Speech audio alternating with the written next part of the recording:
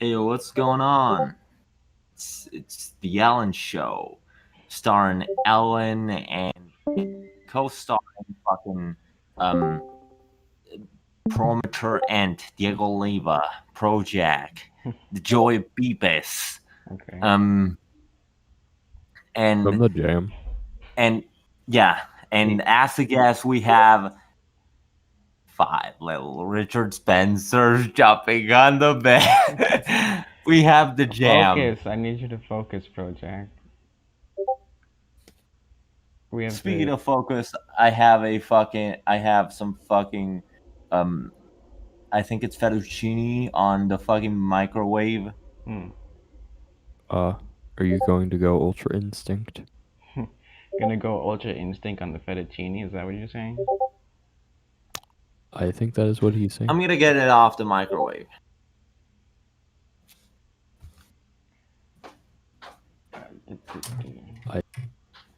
I When he gets back, we're gonna start reading the book.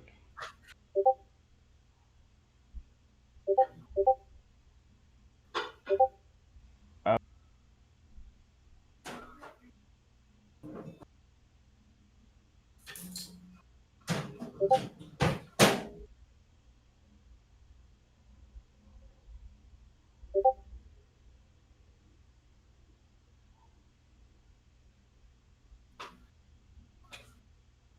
I'm gonna get some fucking water.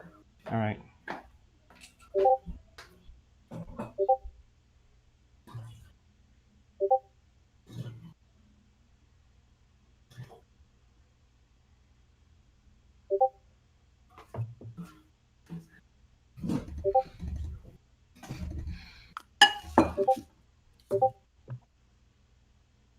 Alright, it burned the tip of my fucking tongue.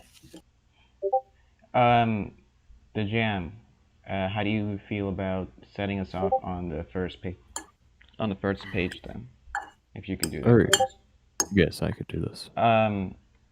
The PDF is ordered a bit differently than the book, probably, like most likely. So when when I'm reading a page and I get to the next page, I need you to let me know so I could stop reading and then let you Okay, read. so we're going page on, page off. Yeah, pretty much. Alright. All of this happened, more or less. The war parts, anyway, are pretty much true. One guy I knew really was shot in Dresden for taking a teapot that wasn't his. Another guy I knew really did threaten to have his personal enemies killed by hired gunmen after the war. And so on. I've changed all their names. I really did go back to Dresden with Gunningham money. God, I love it. In 1967. It looked a lot like Dayton, Ohio. More open spaces than Dayton has. There must be tons of human bone meal on the ground. I went back there with an old war buddy, Bernard V. O'Hare, and we made friends with the cab driver who took us to the slaughterhouse where we had been locked up at night as prisoners of war. His name was Gerhard Mueller. He told us that he was a prisoner of the Americans for a while. We asked him how it was to live under communism, and he said it was terrible at first because everyone had to work so hard and because there wasn't much shelter, food, or clothing. But things were much better now. He had a pleasant little apartment, and his daughter was getting an excellent education. His mother was incinerated in the Dresden firestorm. So it goes. He sent O'Hare a postcard at Christmas time, and here's what it said: I wish you and your family, also as your friend, Merry Christmas and a Happy New Year. I hope that we'll meet again in a world of peace and freedom. In the taxi cab, if the accident will. Uh, That's the end of the that's page. well, I was a bit liberal where I finished the paragraph before I, well, pass off to you. Okay then. We're already going to a great start. It's totally fine. Um, I like that very much. If the accident will. I would hate to tell you what this lousy little book cost me in money and anxiety and time. When I got home from the Second World War, 23 years ago, I thought it would be easy for me to write a book about destruction, about the destruction of Dresden. since all I would have to do would be to report what I had seen. And I thought, too, that it would be a masterpiece, or at least make me a lot of money, since the subject was so big. Let's see. But not many words about Dresden came from my mind, then not. Enough of them to make a book anyway. And not many words came now either, when I'd become an old fart, with his memories and his Pall Malls, his son full grown. I think of how useless the Dresden part of my memory has been, and yet how tempting Dresden has been to write about, and I'm reminded of this famous limerick. There was a young man from Stamboul who soliloquized thus to his tool: "And you took all my wealth, and you ruined my health, and now you won't pee, you old fool." And I'm reminded too of the song that goes: "My name is Yunsen. I work in Wisconsin. I work in the lumber mill there. The people I meet when I walk down the street, they say, 'What's your name?' And I say, 'My name is Yunsen. I work in Wisconsin.'" And so on to infinity. Over the years, people I've met have often asked me for what I'm working on.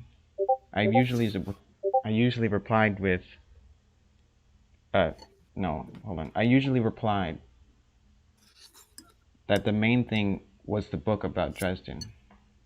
I said that to Harrison Starr, the movie maker, one time, and he raised his eyebrows and inquired, "Is it an anti-war book?" "Yes," I said, "I guess." You know what I say to people when I hear that they're writing about anti-war books. No. What do you say, Harrison Starr? I say, why don't you write an anti-glacier book instead? What he meant, of course, was that there would always be wars, and that they were easy to stop. They were as easy to stop as glaciers, and I believe that too. Alright, I could probably read from here. Okay.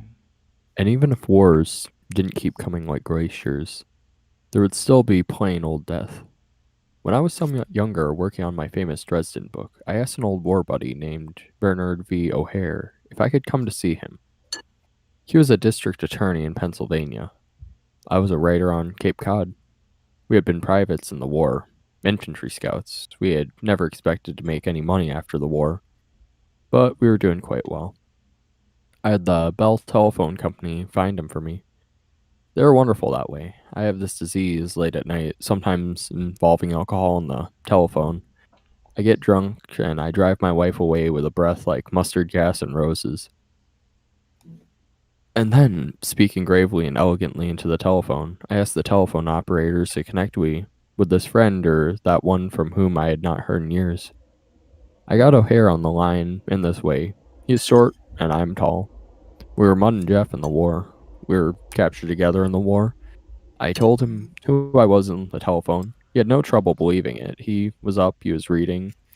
Everybody else in the house was asleep. "Listen," I said, "I'm writing this book about Dresden. I'd like some help remembering stuff. I wonder if I could come down and see you, and we could drink and talk and remember." He was unenthusiastic. He said he couldn't remember much. He told me, though, to come ahead. I think the climax of the book will be the execution of poor old Edgar Derby. I said, "The irony is so great. A whole city gets burned down, and thousands upon thousands of people are killed, and this one American foot soldier is arrested in the ruins for taking a teapot. And he's given a regular trial, and he's shot by a firing squad." Said O'Hare. "Don't you think that's really where the climax should come?" "I don't know anything about it," he said. "That's your trade, not mine." As a trafficker in climaxes and thrills and characterization and Wonderful dialogue and suspense and confrontations. I'd outlined the Dresden story many times. The best outline I ever made, or anyway, the prettiest one was on the back of the roll of wallpaper. I'd used my daughter's crayons, different color for each main character. One end of the wallpaper was the beginning of the story, and the other end was the end. And there was all that middle part, which was the middle, and the blue line met the red line, and the yellow line, and the yellow line stopped because the character represented by the yellow line was dead, and so on. The destruction in Dresden was represented by a vertical band of orange cross hatching, and all the lines were all still alive, passed through it, and came out the other side. I'll pass off to you. Okay. The end, where all the lines stopped, was a beat field on Elbe. Is it Elbe or Elbe? I think it's the Elbe. Okay. Was a battlefield on the Elbe, outside of Hale, or Hall. Or is it Hale? Yeah, I think it's Hale. Yeah, outside of Hale. The rain was coming down. The war in Europe had been over for a couple of weeks. We were formed in ranks with Russian soldiers guarding us, Englishmen, Americans, Dutchmen, Belgians, Frenchmen, Canadian, South African, New Zealanders, Australians, thousands of us about to stop being prisoners of war.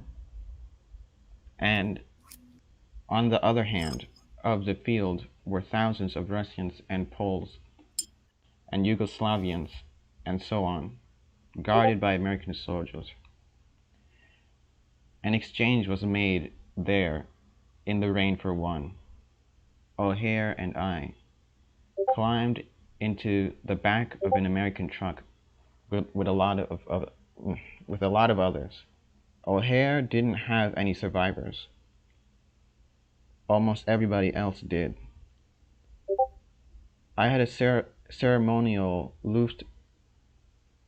Luftwaffe saber, still do. The rabid little American I call Paul Lazaro in this book had about a quart of diamonds and emeralds and rubies and so on. He had taken these from dead people in the cellars of Dresden. So it goes.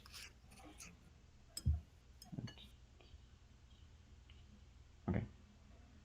An idiotic Englishman who had lost all teeth somewhere in his who had lost all teeth had no who had lost all his teeth somewhere had his souvenir in a canvas bag. The bag was resting on my insteps.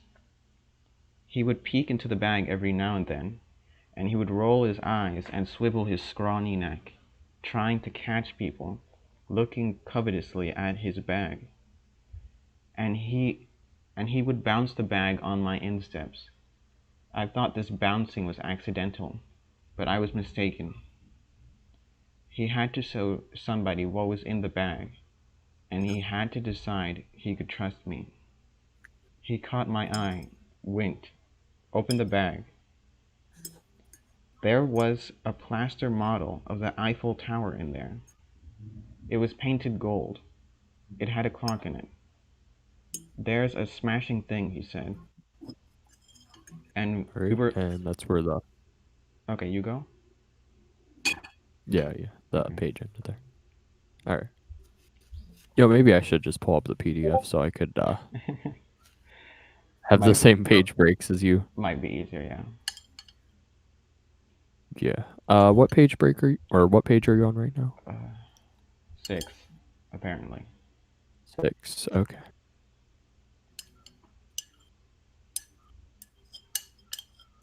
Alright. Yeah, I'll just pull up.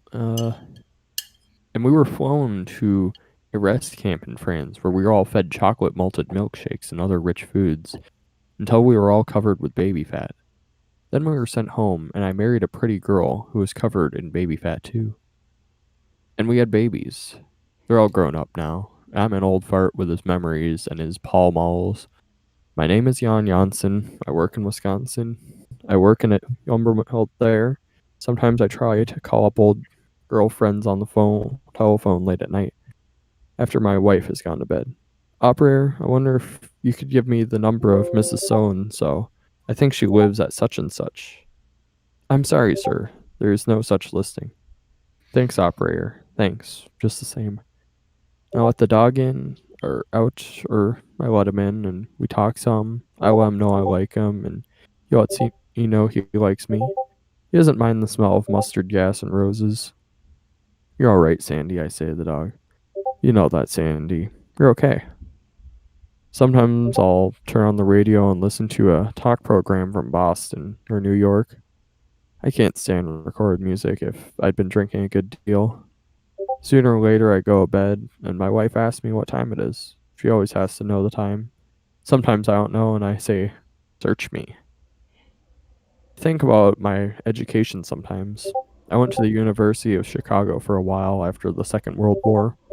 I was a student in the Department of Anthropology. At the time they were teaching, there was absolutely no difference between anybody. They may be teaching that still. Another thing they taught was nobody was ridiculous or bad or disgusting. Shortly before my father died, he said to me, "You know, you never really wrote a story with a villain in it." I told him that was one of those things I'd learned in college after the war. While I was studying to be an anthropologist, I was also working as a police reporter for the famous Chicago City News Bureau for $28 a week. One time they switched me from night shift to the day shift, so I worked 16 hours straight. We were supported by all the newspapers in the town, and the AP and the UP and all that, and we would cover the courts and police stations and fire department and Coast Guard out in the Lake Michigan and all that. We were connected to the institutions that supported us by means of pneumatic tubes which ran under the streets of Chicago. Reporters would telephone in stories to writers wearing headphones, and the writers would stencil the stories on mimeograph sheets. The stories were mimeographed and stuffed in the brass and velvet cartridges, which the pneumatic tubes ate. The very toughest reporters and writers were women who had taken over the jobs of men who had gone to war. In the first story I covered, I had to dictate over the telephone to one of those beastly girls. It was about a young veteran who had taken a job running an old-fashioned elevator. In an office building. The elevator door on the first floor was ornamental iron lace.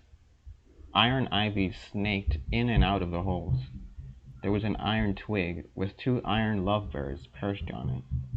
This veteran decided to take his car into the basement, and he closed the door and started down, but his wedding ring was caught in all the ornaments.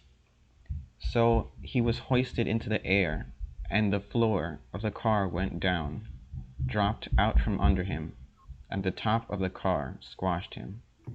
So it goes. So I phoned this in, and the woman who was going to cut the stencil asked me, "What did his wife say?" She said, "She doesn't know yet," I said. "It just happened." "Call her up and get a statement." "What?" Tell her you're Captain Finn of the police department. Say you have some sad news. Give her the news and see what she says." So I did. She said about what you would expect to say. There was a baby, and so on. When I got back to the office, the woman writer asked me, just for her own information, what the squished guy had eked. What the squish guy had looked eek when he was squashed? Why is eek capitalized? I think it might be a mistype, like they're trying to say like, but they accidentally did eek. I guess it's to prevent, I don't know, a bot from finding the PDF and deleting it, right? Maybe. Yeah. Is it a bad time to say that now it's my brother's 18th birthday? No. Taylor May said happy birthday. No. Me as well. Yeah. Okay, let's continue. I told her. Did it bother you? She said. She was eating a Three Musketeers candy bar. Heck no, Lancy. I said. I've seen lots worse than that in the war. He says thank you. Yeah, He no. says thank you. Oh, okay. um, No problem. even even then, I was supposedly writing a book about Dresden. It was a famous air raid back then in America. Not many Americans knew how much worse it had been than Hiroshima, for instance. I didn't know that either. There hadn't been much publicity.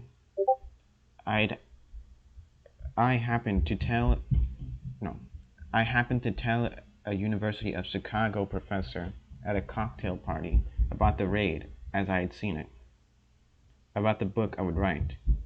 He was a member of the thing called the Committee of Social Thought, and he told me about the concentration camps and about how the Germans had made soup and candles out of the fat dead Jews and so on. All I all all could say was, I know, I know, I know. The Second World War had certainly made everybody tough, and I had become a public relations man for General Electric in Cincinnati. That's pretty much it, right? Cincinnati? Yeah, Cincinnati. Let me read that again. And I had, no, and I became a public relations man from General Electric in Cincinnati, New York, and a volunteer fireman in the village of Applause, whatever, either or, where I bought my first home. Okay. My boss there was one of the toughest guys I ever hoped to meet. He had he had been a lieutenant colonel in public relations in Baltimore. While I was in Cincinnati, he joined the Dutch Reformed Church, which was very tough, which was a very which was a very tough church indeed. He used to ask me, sneering sometimes, why I hadn't become an officer, as I thought it'd do something wrong. My wife and I had lost our baby fat. Those were our scrawny years. We had a lot of scrawny veterans and their scrawny wives for friends. The nicest veterans in Cincinnati, I thought. The kindest and funniest ones. The ones who hated war the most were the ones who'd really fought. I wrote the Air Forces back then, asking for details about the raid on Dresden. Who ordered it? How many planes did it? What they did? And what desirable results there had been? And so on. And so on. Yeah. I was answered by a man who, like myself, was in public relations. He said he was sorry, but the information was top secret still. I'd read the letter out loud to my wife. I had said, secret? My God, from whom? We were United World Federalists back there. I, I don't know what we are now. Telephoners, I guess. We telephone a lot, or I do. Anyway, late at night. A couple of weeks later, after I telephoned my old war buddy, Bernard V. O'Hare, I really did go to see him. That must have been in 1964 or so, whatever the last year was for the New York World Fair. EU, funguses, Liber Ani. My name is Jan Janssen. There was a young girl from Istanbul. I took two little girls with me, my daughter Nanny and her best friend, Allison Mitchell. They'd never been off Cape Cod before. When we saw the river, we had to stop so they could stand by it. and think about for a while. They'd never seen water in that long and narrow and unsalted form before. The river was the Hudson. There were carp in there, and we saw them. They're as big as atomic submarines. We saw waterfalls, too, streams jumping off cliffs into the valley of Delaware. There were lots of things to stop and see, and then it was time to go. Always time to go. The little girls were wearing white party dresses and black party shoes, so strangers would know at once how nice they were. Mm. Time to go, girls, I'd say, and we would go. And the sun went down, and we had supper in an Italian place. And I knocked on the front door of the beautiful stone house of Bernard O'Hare. I was carrying a bottle of Irish whiskey like a dinner bell. I met his nice wife, Mary, to whom I dedicate this book. I dedicate it to the Gerhard Miller, the Dresden taxi driver, too. Mary O'Hare is a trained nurse, which is a lovely thing for a woman to be. Mary admired the two little girls I'd brought, mixed them in with her own children, sent them all upstairs to play games and watch television. It was only after the children were gone that I sensed that Mary didn't like me, or didn't like something about the night. She was polite, but chilly. It's a nice, cozy house you have here, I said. It really was. I'd fixed up a place where you can talk and not be bothered, she said. Good, I said. I imagined two leather chairs next to a fire in a paneled room where two old soldiers could drink and talk. She took us to the kitchen. She had put two straight back chairs at a kitchen table with a white porcelain top.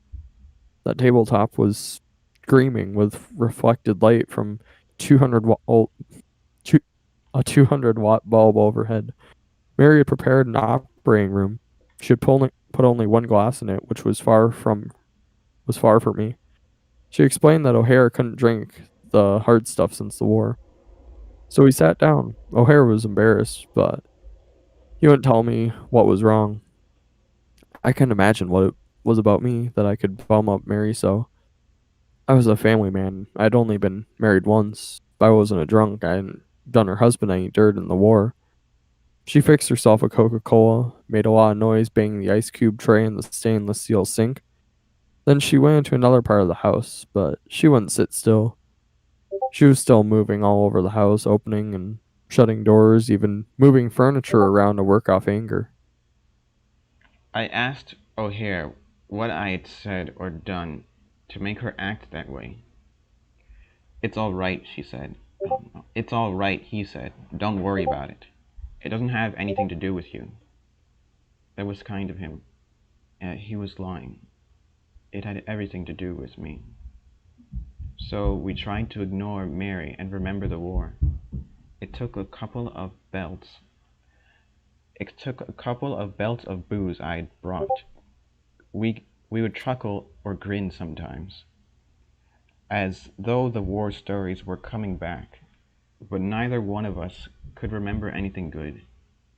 O'Hare remembered one guy who got into a lot of wine in Dresden before it was bombed, and we had to take him home in a wheelbarrow. It wasn't much to write a book about. I remember two Russian soldiers who had looted a clock factory. They had a horse-drawn wagon full of clocks. They were happy and drunk. They were smoking huge cigarettes they had rolled in newspaper. That was about it for memories. And Mary was still making noise. She finally came out of the kitchen again for another Coke. She took another tray of ice cubes from the refrigerator, banged it in the sink, even though there was already plenty, there was already plenty of ice out. Then she turned to me. Let's see how angry she was. Let me see how angry she was. And that the anger was for me. She had been talking to herself, so what she said was a fragment of a much larger conversation. You were just babies then, she said. What? I said. You were just babies in the war, like the ones upstairs.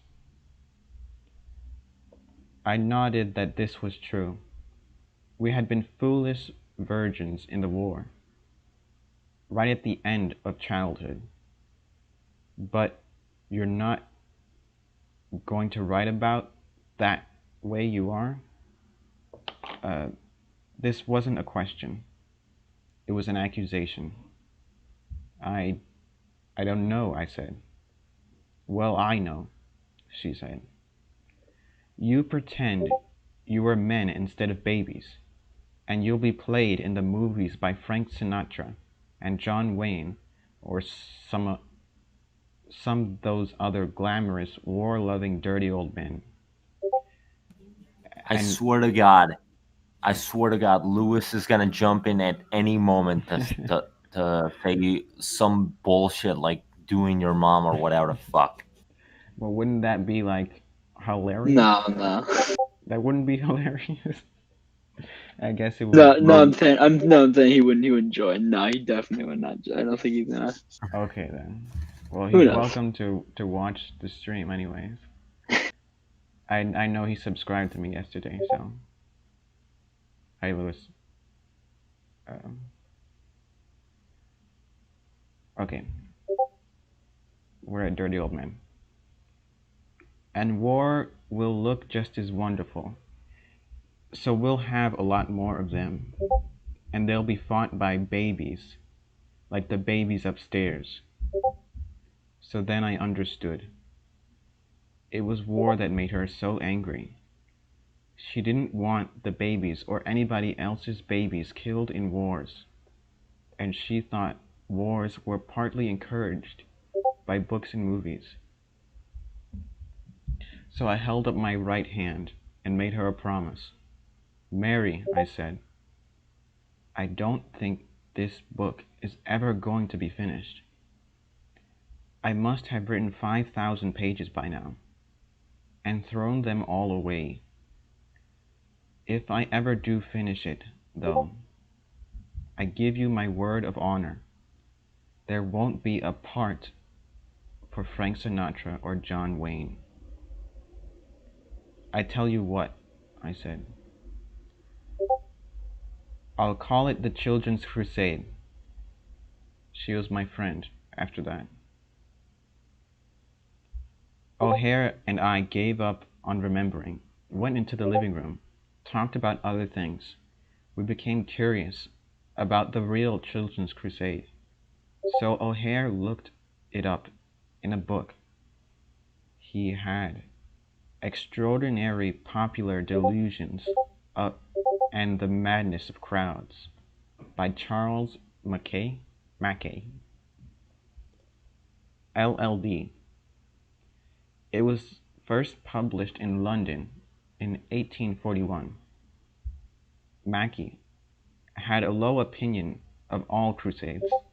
The Children's Crusade struck him as only slightly more sordid than the 10 Crusades for grown-ups.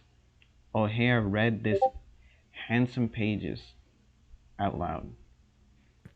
History in her solemn page informs us that the Crusaders were but ignorant and savage men, that their motives were those of bigotry unimagined, and that their pathway was one of blood and rears. Romance, on the other hand, dilates upon their piety and heroism, and portrays in her the most glowing and impassioned hues. Their virtue and magnanimity, the imperishable honor they acquired for themselves, and the great services they rendered to Christianity. And then O'Hare read this. Now, what was the grand result of all these struggles? Europe expended millions of her treasures and the blood of 2 million of her people, and a handful of quarrelsome knights retained possessions of Palestine for about 100 years. Mackay told us that the Children's Crusade started in 1213 when two monks got the idea of raising armies of children in Germany and France and selling them in North Africa as slaves. 30,000 children volunteered thinking they were going to Palestine. There are no doubt idle and deserted children who generally swarm in great cities, nurtured on vice and daring, said Mackay, and ready for anything. Pope Innocent III thought they were going to Palestine too, and he was thrilled. These children are awake while we are asleep, he said. Most of the children were shipped out of Marseilles, and about half of them drowned in shipwrecks. The other half got to North Africa where they were sold. There were misunderstandings. Some children reported for duty at Giona where no slave ships were waiting. They were fed and sheltered and questioned kindly by good people. They're then given a little money and a lot of advice and sent back home. Hooray for the good people of Giona, said Mary O'Hare. I slept that night in one of the children's bedrooms. O'Hare had put a book in for me on the bedside table. It was Dresden, History, Stage, and Gallery, by Mary Endell. It was published in 1908, and its introduction began. It is hoped that this little book will make itself useful. It attempts to give an English reading public a bird's eye view of how Dresden came to look as it does architecturally, and how it expanded musically through the genius of a few men to its present bloom. It calls attention to a certain permanent landmarks in the art that make its gallery the resort of those seeking lasting impressions. I read some history further on. Now, in 1760, Dresden underwent siege by the Prussians. On the 15th of July, began the cannonade.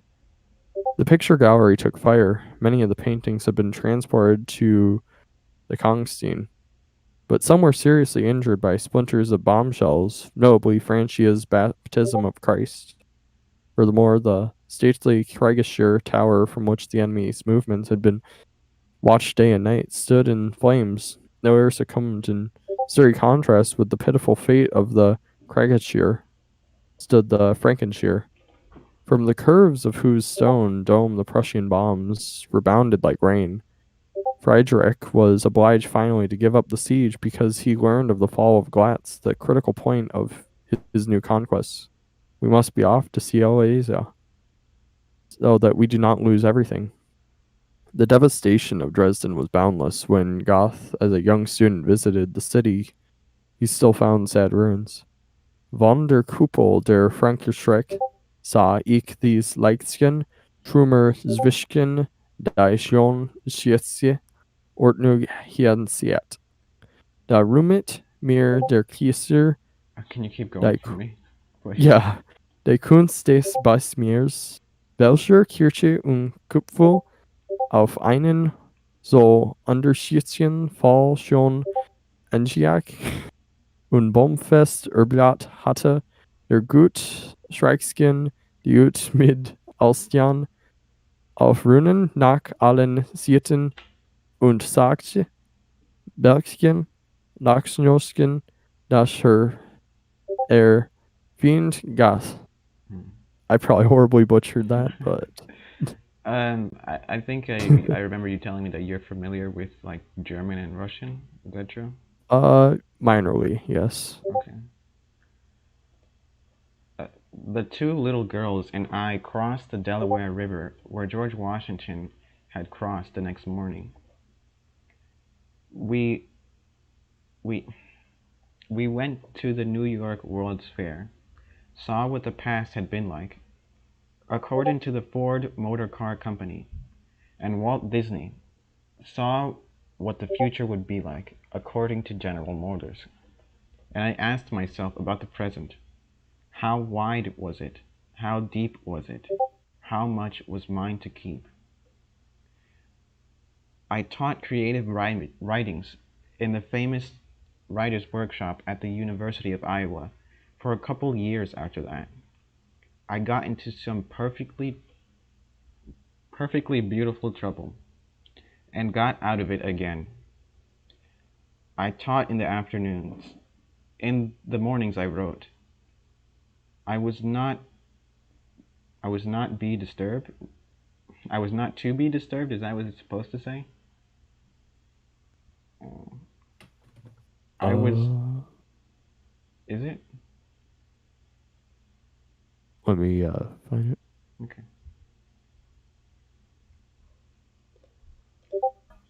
I love how you guys are actually taking this seriously, while in the chat we're just posting a bunch of funny Yeah, I suppose cartoons, it says I was funny not cart to be disturbed. Hmm.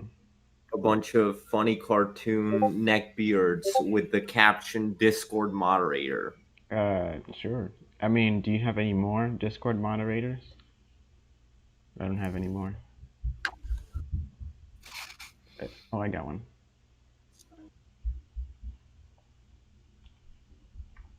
Okay, let's get back to the book. Okay. I was not to be disturbed. I was working on my famous book about Dresden. And somewhere in there, a nice man named Samuel Lawrence gave me a 3-book contract. And I said, okay. The first of all 3 will be my famous book about Dresden. The friends of Semur call him Sam. And I say to Sam now, Sam, here's the book. It's so short and jumbled and jagged, Sam, because there's nothing intelligent to say about a massacre. Everybody's supposed to be dead. It never said anything or want anything ever again. Everything's supposed to be very quiet after a massacre. And it always is, except for the birds. And what do the birds say? All there is to say about a massacre. Things like putty wheat. And I do know, and this is a bit of a spoiler, but that's the last line of the book. Putty wheat is the last sentence in the book. So, there you go.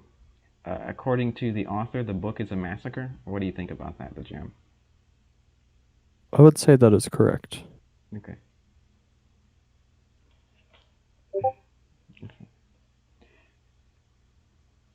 I have told my sons that they are not under any circumstances to take part in massacres, and that the new massacres of enemies is not to be filled with satisfaction or glee.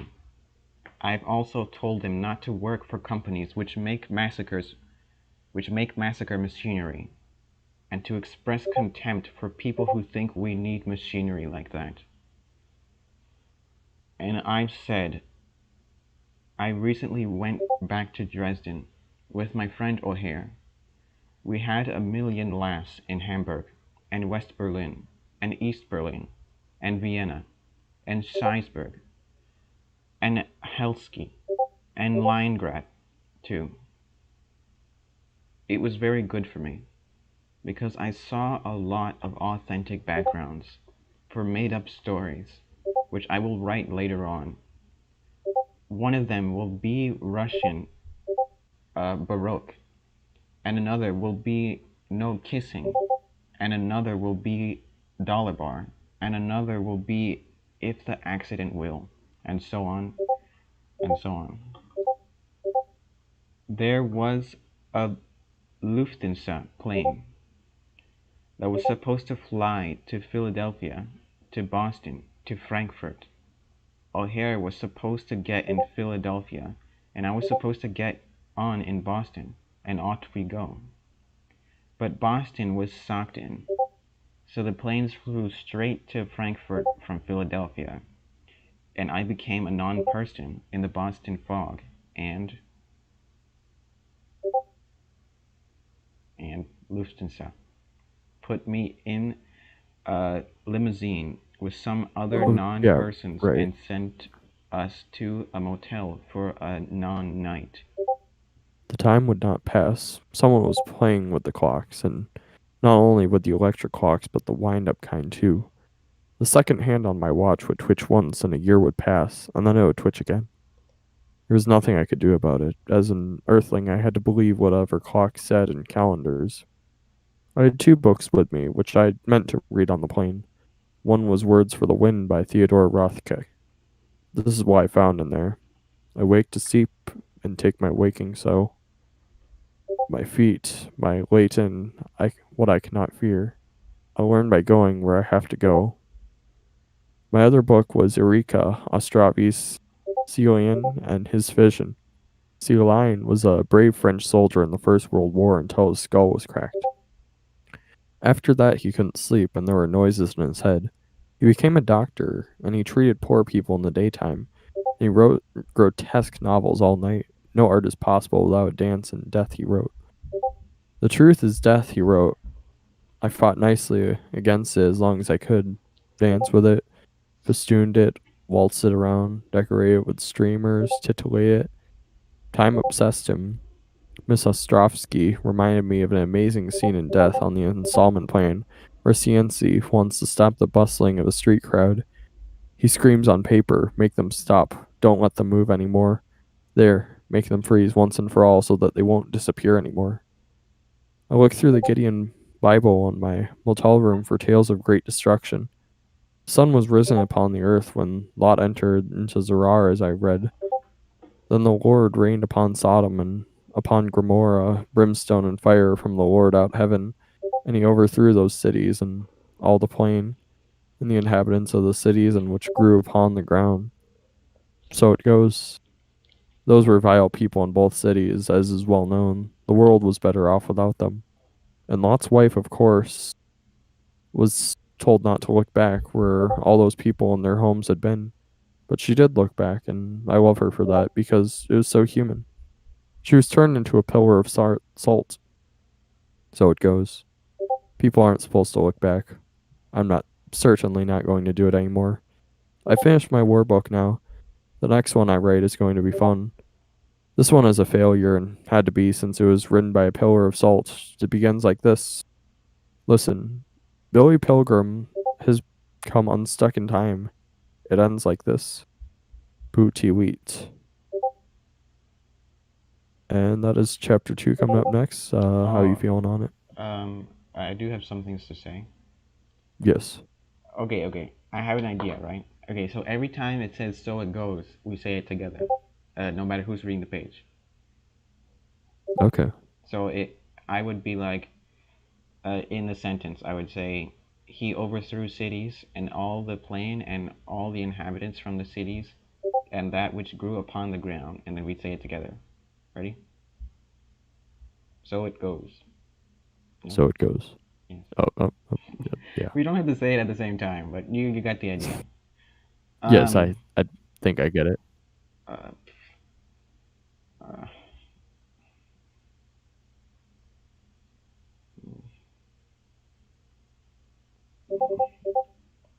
I have a question, right? What's a pillar of salt? Yes. What does that mean? I think it's a biblical reference, but I'm not sure. Yeah, it is a biblical reference. He was talking about Sodom and Gomorrah, Hmm. and after the destruction of that, Lot and his wife were to flee the city because they could not find 10 people holy enough to save the entire city. So it was to be destroyed. So, well, God had instructed them to not look back upon the destruction of what is horrid. But as she looked back, she was turned instantly from a human into a pillar of salt. And Hmm. I don't know, it's one of those things that it's more metaphorical than anything, I would say. Like a lot of biblical stories where it's less about taking things practically and more about thinking of what the arrangement of words makes you feel. And when you Right. think of a pillar of salt, it's very It's like a draining. lifeless, like there is no life. Like you could pour salt on grass and the grass dies, right? Yes, yes. So it's almost like a monument to the death that the city had brought, Hmm. at Um, least in my own opinion. sure, yeah. You want to know where what made me think it was a biblical reference? What would that be? It was this. Here, I'm posting it in the chat. It was Kanye's ultralight beam. I think it was it was let me say who it was. It was Chance, right? It was Chance's line. Um, I bet my ex looking back on me like a pillar of salt. That's what he said. I think so. I don't remember the line that preceded it, but yeah, I'd say that your summation of what a pillar of salt was is accurate. Okay.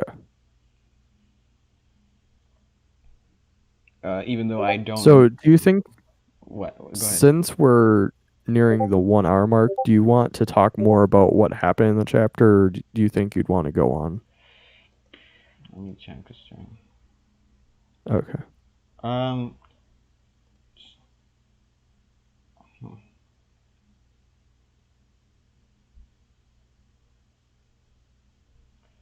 I feel like we can get to chapter 2. Okay. Yeah. That sounds good to me. You ready? Yeah, I remember the chapters taking a while, but Yeah. oh, it's okay. I mean, holy shit, we're already in the fucking 50-minute mark. Yeah. Yes, that is correct. Would you like me to start, or would you want to? No. It's my turn. You already did the last page. Okay, that is correct. So, and these chapters don't have titles. They're just 1, 2, 3.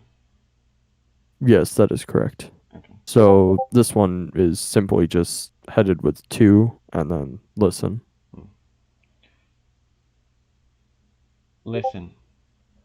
Billy Pilgrim has come unstuck in time.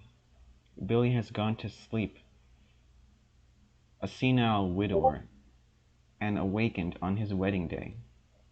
He has walked through the door in 1955 and come out the other one in 1941. He has gone back through the door to find himself in 1963, and he has seen his birth and death many times. He said, and it he said, and it pays random visits to all the events in between, he says. Uh, Billy has a spastic.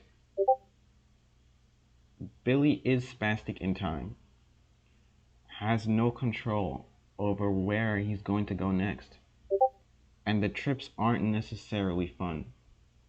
He he is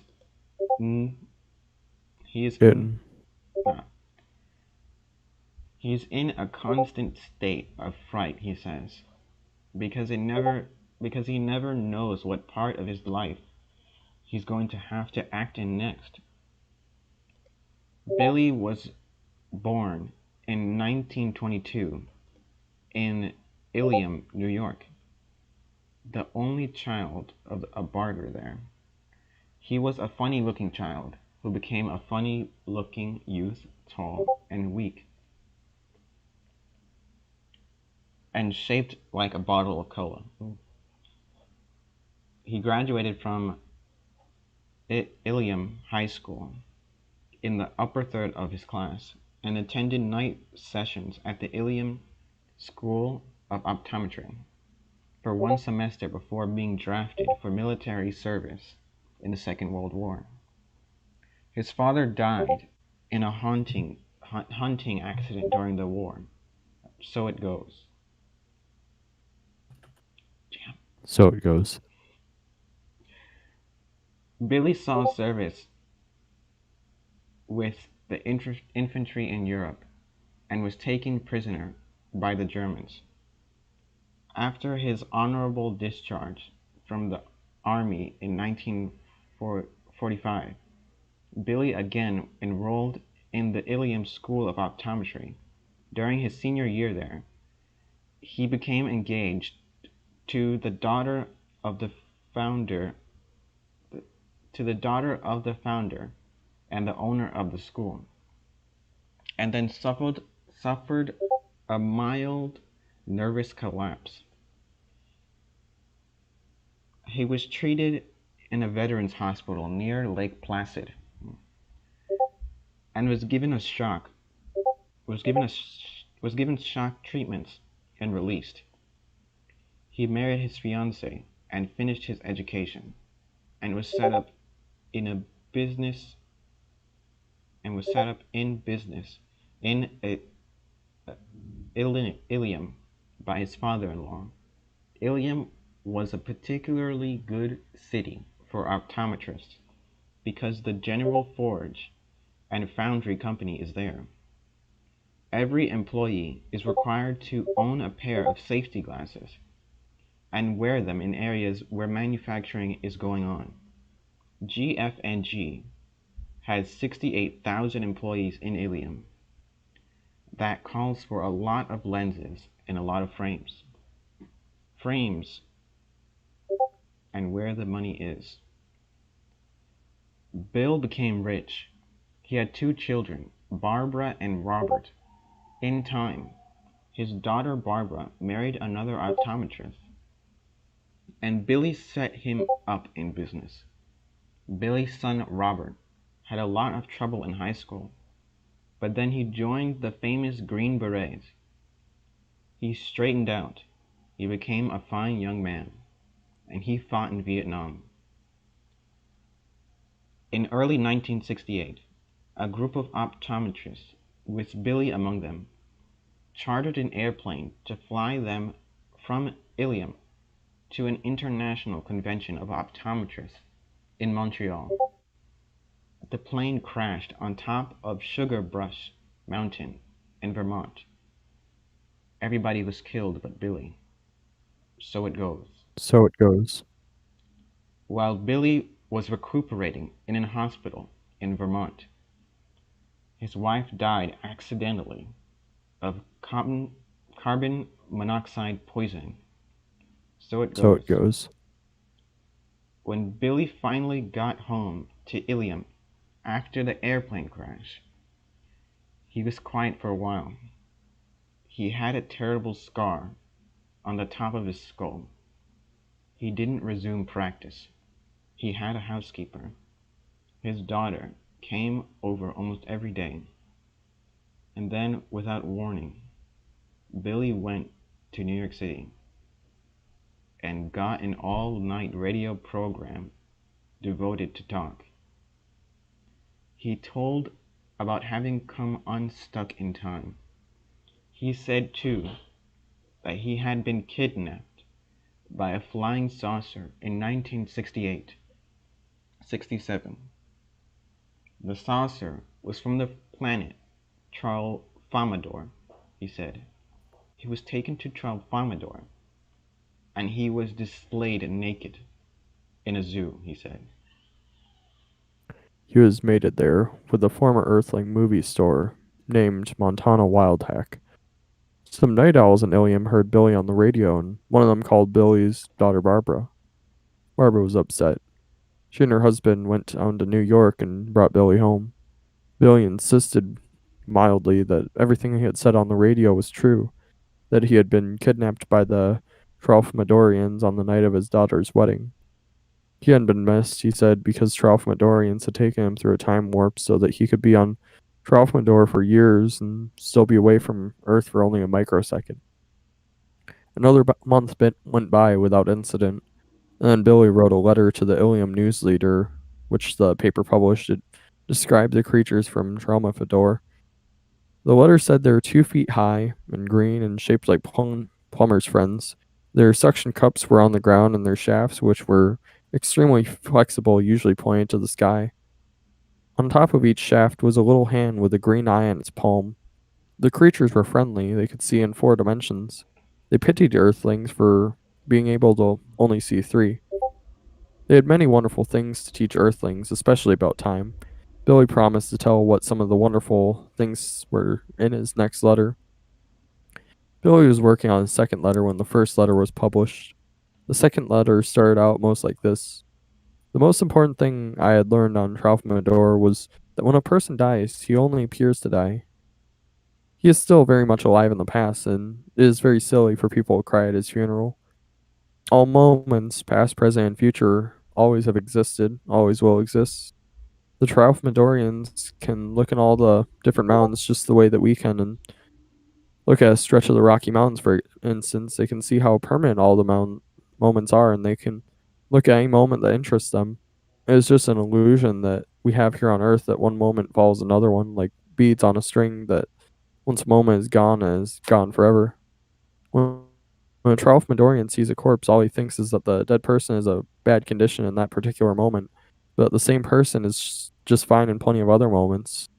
Now, when I myself hear that someone is dead, I simply shrug and say what Tralf Midorians say about dead people, which is, so it goes, So it goes. and so on. Billy was working on this letter in the basement rumpus of his empty house. It was his housekeeper's day off. There was an old typewriter in the rumpus room. It was a beast. It weighed as much as a storage battery. Billy couldn't carry it very far, very easily, which is why he was writing in the rumpus of his room instead of somewhere else. The oil burner had quit. A mouse had eaten through the insulation of a wire leading to the thermostat. The temperature in the house was down to 50 degrees, but Billy hadn't noticed. He wasn't warmly dressed either. He was barefoot and still in his pajamas and a bathrobe. Though it was late in the afternoon, his bare feet were blue and ivory. The cockatoos of Billy's heart at any rate were glowing coals, which made them so hot was Billy's belief that he was going to comfort so many people with the truth about time. His door chimes upstairs had been ringing and ringing. It was his daughter, Barbara, up there, wanting in. Now she let herself in with a key, crossed the floor, over his head, calling, "Father, Daddy, where are you?" and so on.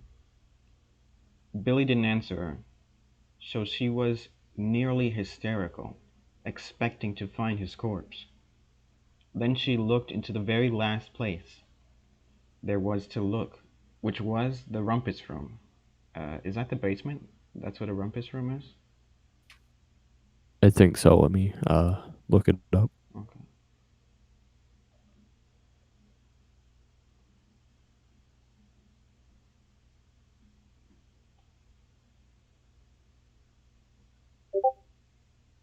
Yeah, the rumpus room is a room usually in the basement of a home that is used for games, parties, and recreation.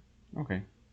So it's like a, let's say like an old retired military vet had like a collection of like little military figurines and whatnot. You would go there. Yeah, that'd be like kind of the same place that you'd set up a foosball table, I suppose. Right. Okay. Why didn't you answer me when I called? Barbara wanting to know. Standing there in the door of the rumpus room, she had the afternoon paper with her, the one in which Billy described his friends from Tralfamadore. "I didn't hear you," said Billy. The orchestration of the moment there was this: Barbara was only 21 years old, but she had thought her father was senile, even though he was only 46. Senile because of the damage to his brain in the airplane crash.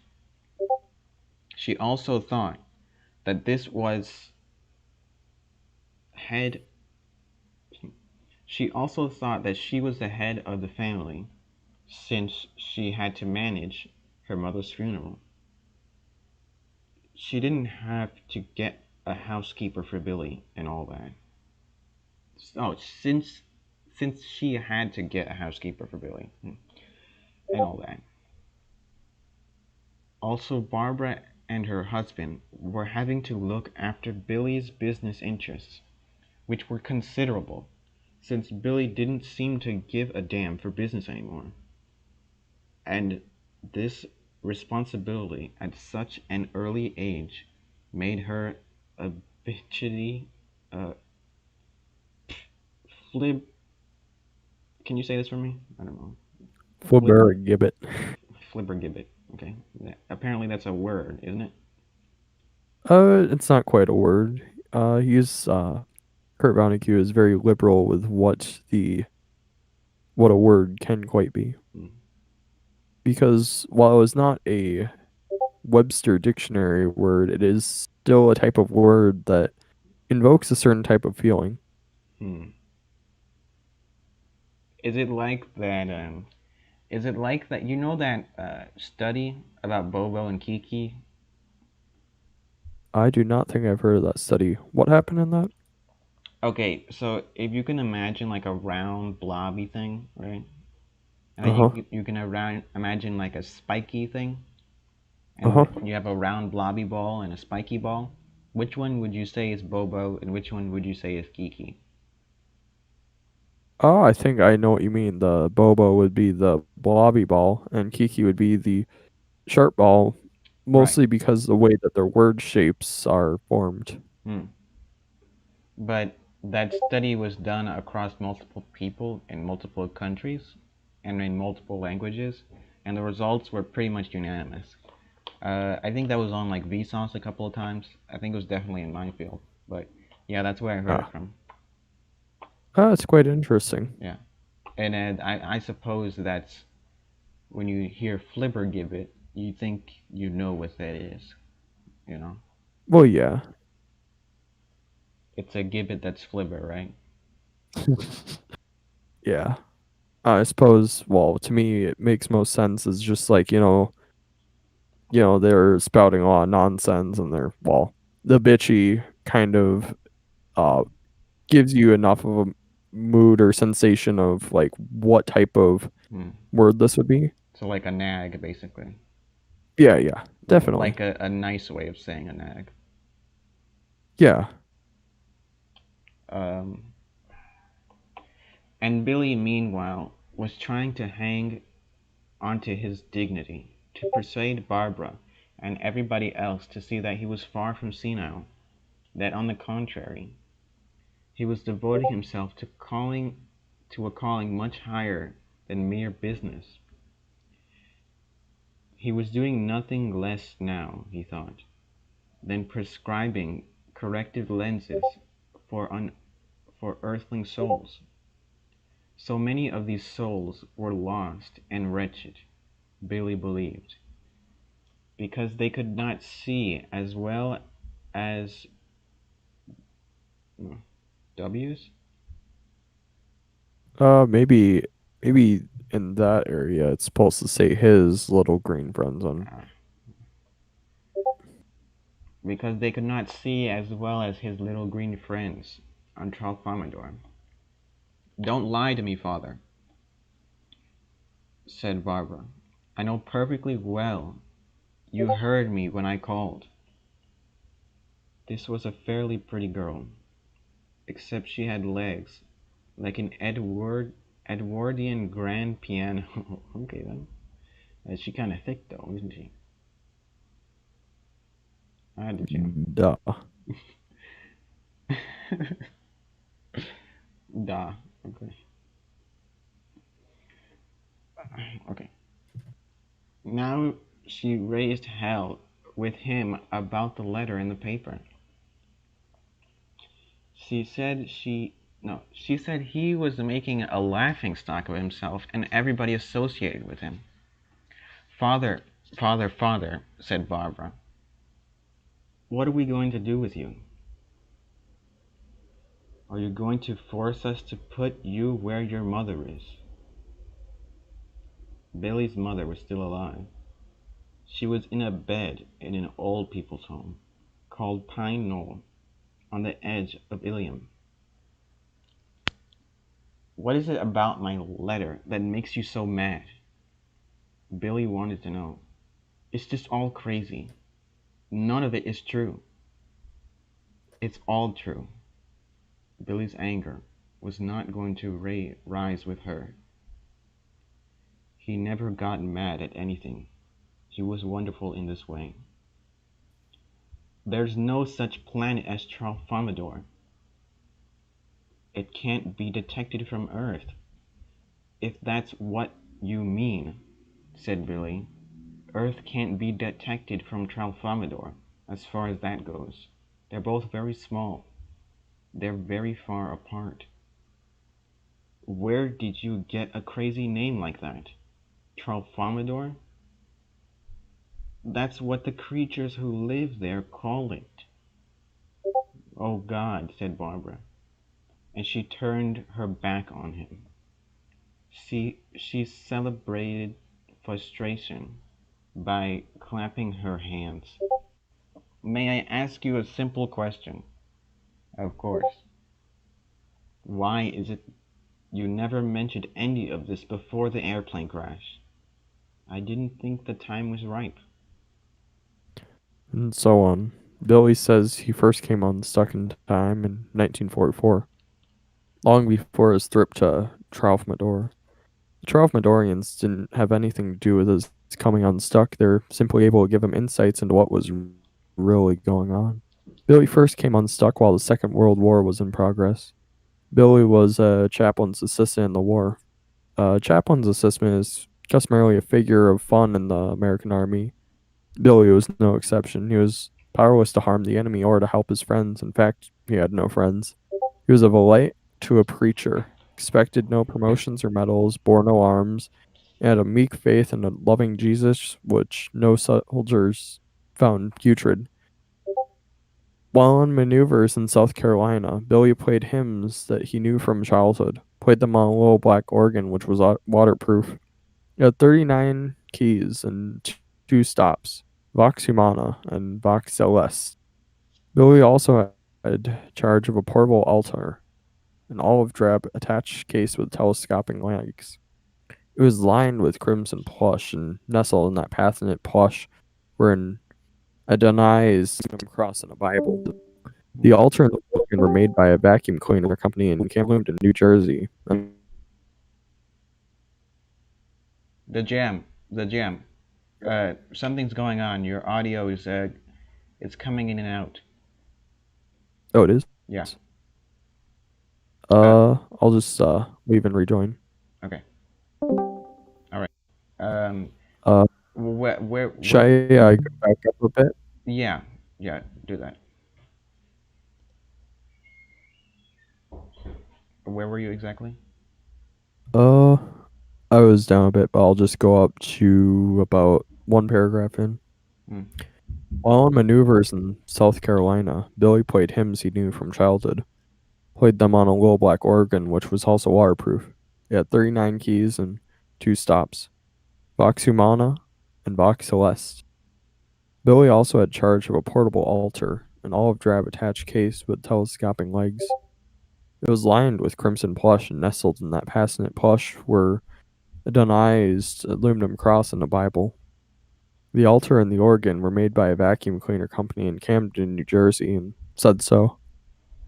One time on the maneuvers, Billy was playing A Mighty Fortress Is Our God with music by Jonathan Sebastian Bach and words by Martin Luther. It was Sunday morning. Billy and his chaplain had gathered a congregation of about 50 soldiers on a Carolina hillside. An umpire appeared. There were umpires everywhere, men who said who was winning or losing the theoretical battle, who was alive and who was dead. The umpire had comical news. The congregation had been theoretically spotted from the air by a theoretical enemy. They were all theoretically dead by now. The theoretical corpses laughed and ate a hearty noontime meal. Remembering this incident years later, Billy was struck by what a Profmadorian adventure with death had been. To be dead and to eat at the same time. Toward the end of maneuvers, Billy was given an emergency furlong home because his father, a barber in Ilium, New York, was shot dead by a friend while they were out hunting deer. So it goes. Yeah, so it goes. When Billy got back from his furlough, there were orders for him to go overseas. He was in the headquarters company of an infantry regiment fighting in Luxembourg. The regimental chaplain's assistant had been killed in action. So it goes. So it goes. When Billy joined the regiment, it was in the process of being destroyed by the Germans in the famous Battle of the Bulge. Billy never got to meet the chaplain. He was supposed to assist. It was never an issue to steal helmet and combat boots. This was December of 1944 during the last mighty German attack of the war. Billy survived, but he was a day's wanderer far behind the new German lines. Three other wanderers, not quite so dazed, allowed Billy to tag along. Two of them were scouts, and one was an anti-tank gunner. They were without food, maps, avoiding Germans. They were delivering themselves into the rural silences, ever more profound. They ate snow. They went Indian file. Came first the scouts. Clever, graceful, quiet. They had rifles. Next came the anti-tank gunner. Clumsy and dense. Warning Germans away with a uh, Colt .45? Or do I say Colt 45? Most just say Colt 45. Got it. And that's like 45 centimeters, right? 0.45. I think it's millimeters. And that what is that? The size of the bullet? Yeah, that's the caliber. Uh, what does that mean exactly?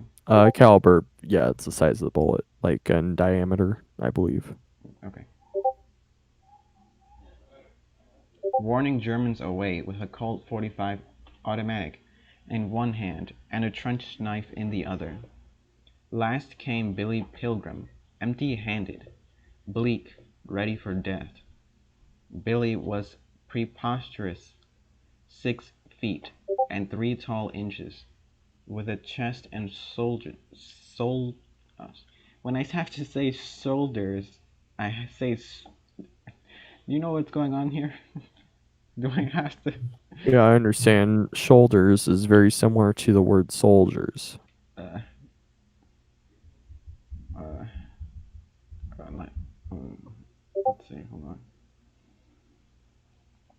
With a chest and shoulders like a box of kitchen matches. He had no helmet, no overcoat, no weapons, no boots. Uh, on his feet were cheap, low-cut civilian shoes, which he had bought for his father's funeral. Billy had lost a heel, which made him bob up and down, up and down. The involuntary dancing and down and up and down made his hip joints sore. Billy was wearing a thin field jacket, a shirt and trousers of scratchy wool, and long underwear that was soaked with sweat. He was the only of the four who had a beard. It was a random bristly beard, and some of the bristles were white, even though Billy was only 21 years old. He was also going bald. Wind and cold and violent exercise had turned his face crimson. He didn't look like a soldier at all. He looked like a filthy flamingo. And on the third day of wandering, somebody shot at the four from far away, shot 4 times, and they crossed a narrow brick road. One shot was for the scouts. The next one was for the anti-tank gunner, whose name was Roland Weary. The third bullet was for the filthy flamingo, who stopped dead center in the road when the lethal bee buzzed past his ear. Billy stood there politely, giving the marksman another chance. It was his adult understanding for the rules of warfare that made the marksman should be given a second chance. The next shot missed Billy's kneecap by inches, going end on from the sound of it. Roland Weary and the scouts were safe in a ditch, and Weary growled at Billy. Get out of the road, you dumb motherfucker. The last words, the last word was still a novelty in speech of white people in 1944. It was fresh and astonishing to Billy, who had never fucked anybody and did his job. It it woke him up, and it got him out of the road. Uh, Save your life again, you dumb bastard, Weary said to Billy in the ditch. He said he had been saving Billy's life for days, cursing him and kicking him and slapping him, making him move. It was absolutely necessary that cruelty be used, because Billy wouldn't do anything to save himself. Billy wanted to quit. He was cold, hungry, embarrassed, incompetent. He could scarcely distinguish between sleep and wakefulness now. On the third day, found no important differences either between waking, walking, and standing still. He wished everybody would leave him alone. You guys can go on without me, he said, again and again. Weary was as new to war as Billy. He was a replacement too, a part of a gun crew. He had helped to fire one shot in anger from a 57 mm anti-tank gun. The gun made a ripping sound, like the opening of a zipper on the fly of God Almighty. The gun lapped up snow and vegetation with a blowtorch feet long. The flame left a black arrow on the ground, showing the Germans exactly where the gun was hidden. The shot was a miss. What had been missed was a Tiger tank. It swiveled its 88 mm snout around snifflingly, saw the arrow on the ground and fired. It fired. It killed everybody on the gun crew, but Weary. So it goes. So it goes. Ronald Weary was only 18. He was at the end of an unhappy childhood spent mostly in Pittsburgh, Pennsylvania. He had been unpopular in Pittsburgh. He had been unpopular because he was stupid, fat, and mean. He smelled like bacon no matter how much he washed. He was always being ditched in Pittsburgh by people who did not want him with them. It made Weary sick to be ditched. When Weary was ditched, he would find somebody who was even more unpopular than himself, and he would horse around with that person for a while, pretending to be friendly, and he would find some pretext for beating the shit out of him. It was a pattern, a crazy, sexy, murderous relationship Weary entered into with people he eventually beat up. He told them about his father's collection of guns and swords and torture instruments and leg irons and so on. Weary's father, who was a plumber, actually did collect such things, and his collection was insured for $4,000. He wasn't alone. He belonged to a big club composed of people who collected things like that. Weary's father once gave Weary's mother a Spanish thumbscrew in working condition for a kitchen paperweight. Another time he gave her a table lamp whose base was a model 1 foot high of a famous Iron Maiden of Nuremberg. The real Iron Maiden was a medieval torture instrument, sort of boiler which was shaped like a woman on the outside and lined with spikes. The front of the woman was composed of two hinged doors. The idea was to put a criminal inside and then close the doors slowly. There were two special spikes where his eyes should be.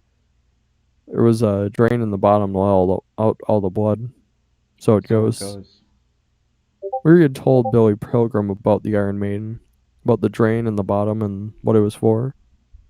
He talked to Billy about dum-dums. He told him about his father's Derringer pistol, which could be carried around in a vest pocket, which was yet capable of making a hole in a man, which a bullbat could fly through without touching either wing. Weary scornfully bet Billy one time he didn't even know what a blood gutter was.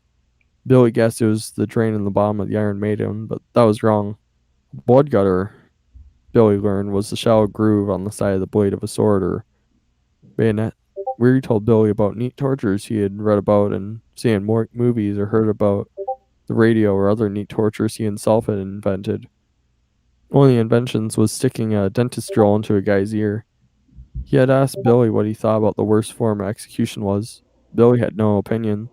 The correct answer turned out to be this: stake a guy out on a handhill in the desert, you see. His face upward, and you put honey all over his balls and pecker. You cut off his eyelids so he has to stare at the sun until he dies. So it So it goes. goes. Now, lying in the ditch with Billy and the scouts after being shot at, Weary made Billy take a very close look at his trench knife. It wasn't government issue, it was a present from his father. A 10-inch blade that was triangular and cross-sectioned. Its grip consisted of brass knuckles, was a chain of rings through which Weary slipped his stubby fingers. The rings weren't simple, they bristled with spikes. Weary laid the spikes along Billy's cheek, riled the cheek with savagely affectionate restraint. How'd you like to be hit with this, hmm? Hmm? He wanted to know. I wouldn't, said Billy. Know why the blade's triangular? No. Makes a wound that wouldn't close up. Oh. Makes a three-sided hole in a guy. You stick an ordinary knife in a guy and makes a slit, right? A slit closes up. Right? Uh, right. Shit. What do you know? What the hell they teach you in college? I wasn't there very long, said Billy, which was true. He'd only he had only 6 months of college, and the other college hadn't been a regular one either. It had been the night school of Ilium School of Optometry. Uh, you said in the chat to remember optometry. That's what you said. Yes, do you remember optometry? Okay, and it comes up again for the second time, but this time it's talking about a different person. It's still talking about the same college, but optometry is one of the things that it's good to keep an eye out for throughout the entire book. Got it. Okay. Oh, you know what I've heard before? What? Uh, I've heard in school. In school, I've heard that religion is like what is it, Project? What is it? Say it now. The GIF, the crimson cum stain. Oh god. Thanks, Project. Um, I've heard in school that religion is like a pair of glasses that you view the world through. That's what I've heard. So, in a way, what I learned back then is related to the idea of optometry. So it's like a group of people giving others a way to see the world, like that. Yeah. Yeah, the way that optometry is used in this book is very subtle, but I think it's all about how, well,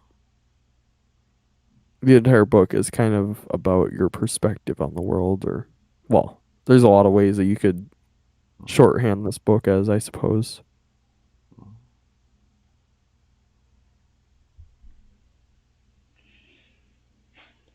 Okay.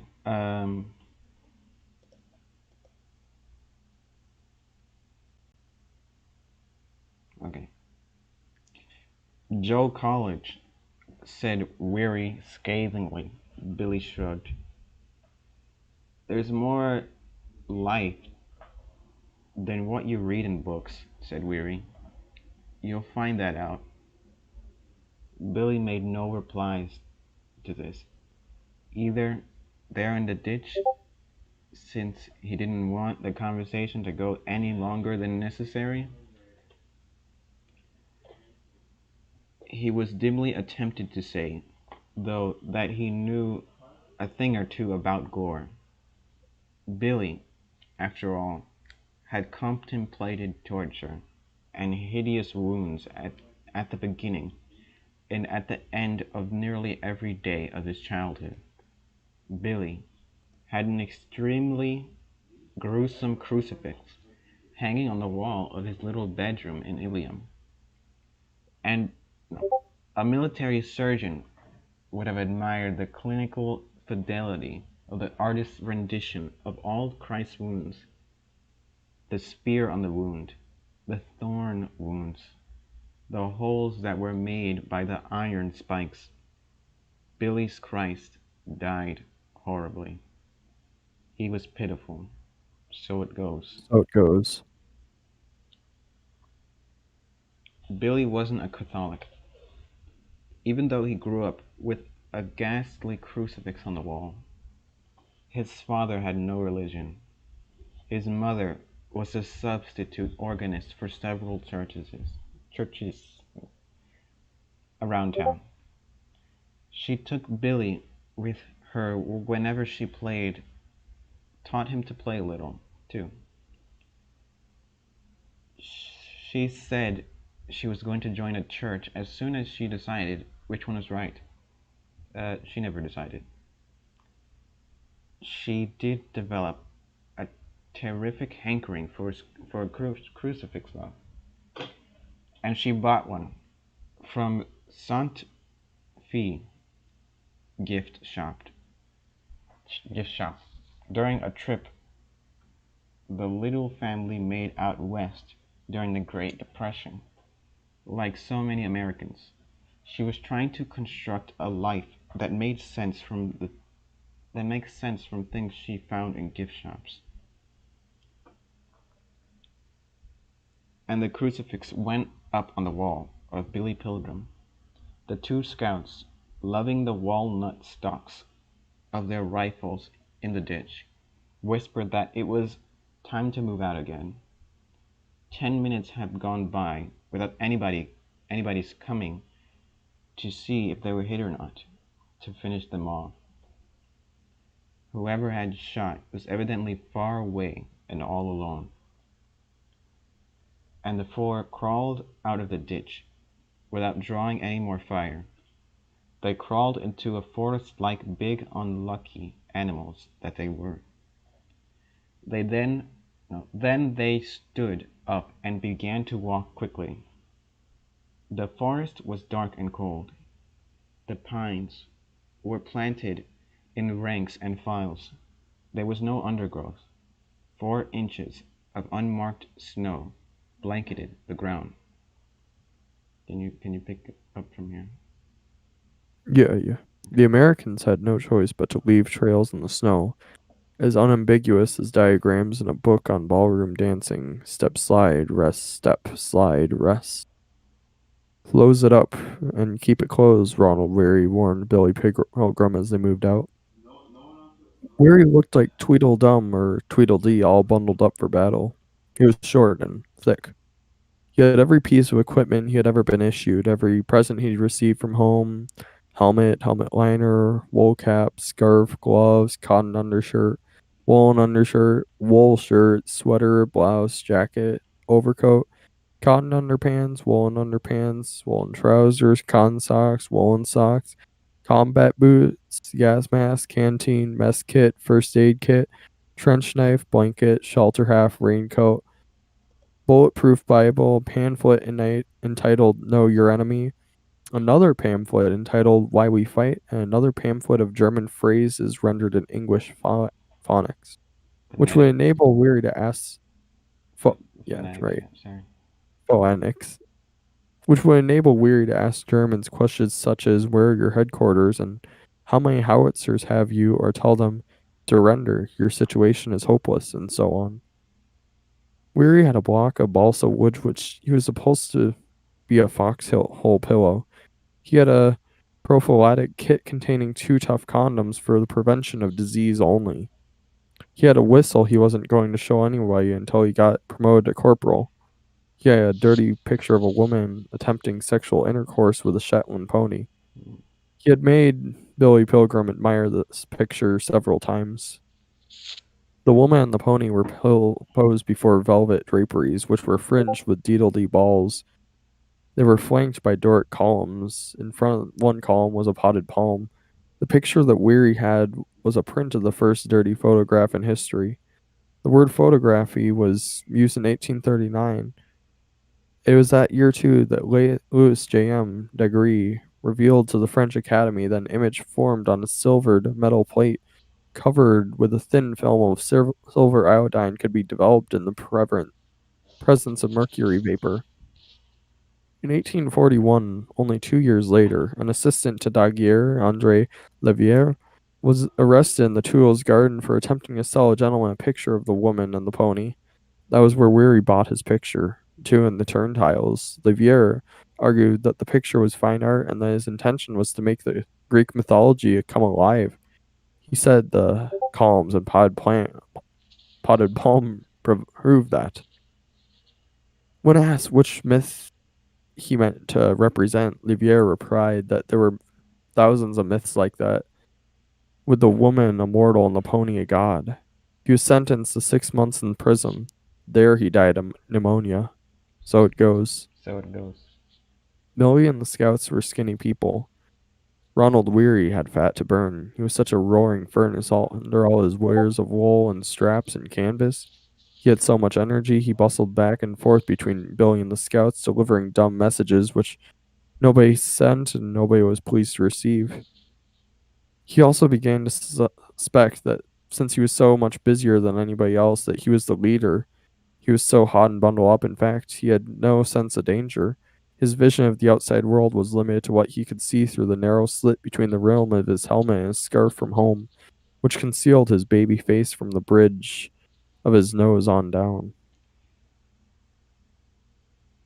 He was so snug in there that he was able to pretend that he was safe at home, having survived the war, and that he was telling his parents and his sister a true war story, whereas the true war story was still going on. Weary's vision of the true war story went like this. There was a big German attack, and Weary and his anti-tank buddies fought like hell until everybody was killed but Weary. So it goes. So it goes. And then Weary tied in with two scouts, and they became close friends immediately. And they decided to fight them way back to their own lines. Hello? Is that Lewis? Is that Lewis? No. Who's that? Funny Hey, funny monkey. Hey. um, you don't have to join us in the reading. It's totally fine. But I do want you to post in the chat uh, uh, an image uh, of your choosing and caption it with Discord mods. That's what we're doing in the chat today. Can you do that? Sure, let me look through my funny folder. See if I can find anything. Oh god. Depressed Blacksmith is Oh, pretty this good one's at pretty this one. funny. Yeah, this one's pretty positive. I'm gonna look through the whole thing. Okay, we're gonna go ahead and return to the reading while you search for that. Oh. Okay.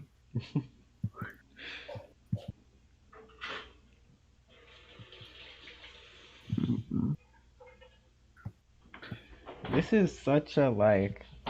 I don't know how to describe the I'll do meme. this one. I don't know how to describe the meme you just posted the jam, but I feel like there's many layers, you know, to that one. What is That's that? mine. What is that? I think that is one of the main characters from Angry Birds. I know what that is.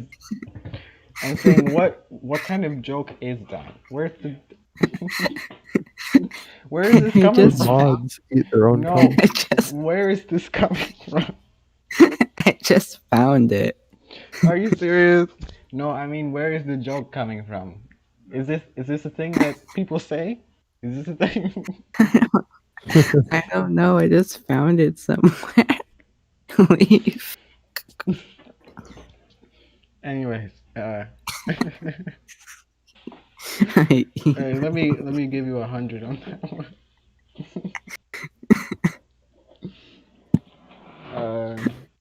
But yeah, you're welcome to stay, funny monkey. You don't have to read if you don't want to. Wait, what are we reading, anyways? We're reading Slaughterhouse 5. yeah, Slaughterhouse 5, and we're on page 21 in the PDF. I feel like we're coming up on the end of chapter 2, or at least we're somewhere in the middle of it. So we're gonna end the stream soon. Yeah. Okay, so getting back to the reading.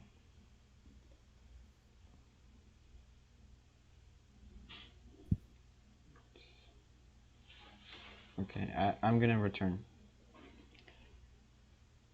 And then Weary tied in with two scouts, and they became close friends immediately. And they decided to fight them way back to their own lines. Teen Titans Go! Hey, what's going on here? Is that you? Funny monkey, is that you? Funny monkey. Come on. Okay, I'm gonna lower your audio, no offense. Okay, thank you.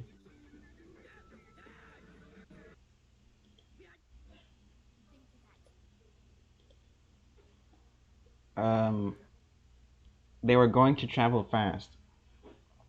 They were damned if they'd surrender.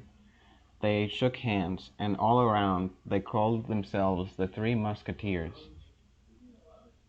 But then this damn college kid, who was so weak he shouldn't have even been in the army, asked if he could come alone.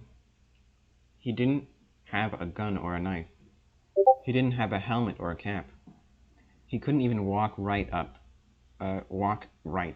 Kept bobbing up and down, driving everybody crazy, giving their position away. He was pitiful. The Three Musketeers pushed and carried and dragged the college kid all the way back to their own lines. Weary's story went on. They saved his god damned hide for him. In real life, Weary was retracing his steps, trying to find out what had happened to Billy. He had told the scouts to wait while he went back to college for the bastard.